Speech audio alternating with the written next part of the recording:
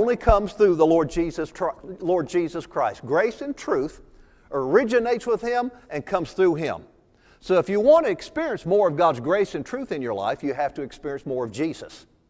Now remember what I just said right there, because we're working our way down to some other scriptures that will agree with that and relate to that, and I'll bring that point back out again. Now, when you go over to Luke chapter 2, verse 40, is talking about Jesus when He was a child. It says, "And the child grew and became strong in spirit, filled with wisdom, and the grace of God was upon Him." Filled with wisdom, and the grace of God was upon Him. Now, I got to thinking about that phrase. That's a little different way to talk about the grace of God. It says that Jesus, He grew up with it says that the grace of God was upon Him. You know, you don't usually hear people, ministers and Christians, talk that way.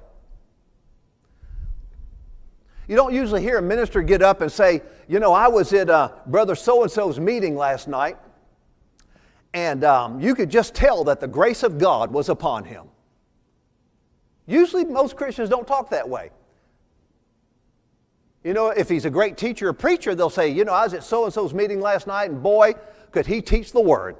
He was a powerful preacher. Or if they had a lot of healings and miracles, they'll say, I was at Brother so-and-so's meeting last night, and man, does he operate in the power of God.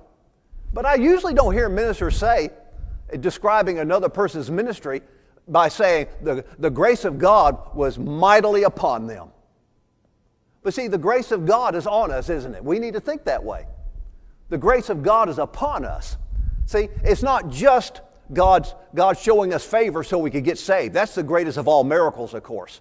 But think about that way. The grace of God, just like the Spirit of God being upon us and within us, the grace of God is upon us. And then, see, I'm bringing that out because when you go over to, if you go over to Acts chapter 4, verse 33, it talks about the same thing with the believers in the book of Acts. Acts 4:33 says this, you know this verse, it says, and with great power the apostles gave witness to the resurrection of the Lord Jesus, and great grace was upon them. Great grace was upon them. So Luke chapter 2, verse 40 says that as Jesus grew up, great grace was upon him. The grace of God was upon Jesus, but then in Acts chapter 4 it says the grace of God was upon the apostles, upon the believers. It says great grace was upon them all.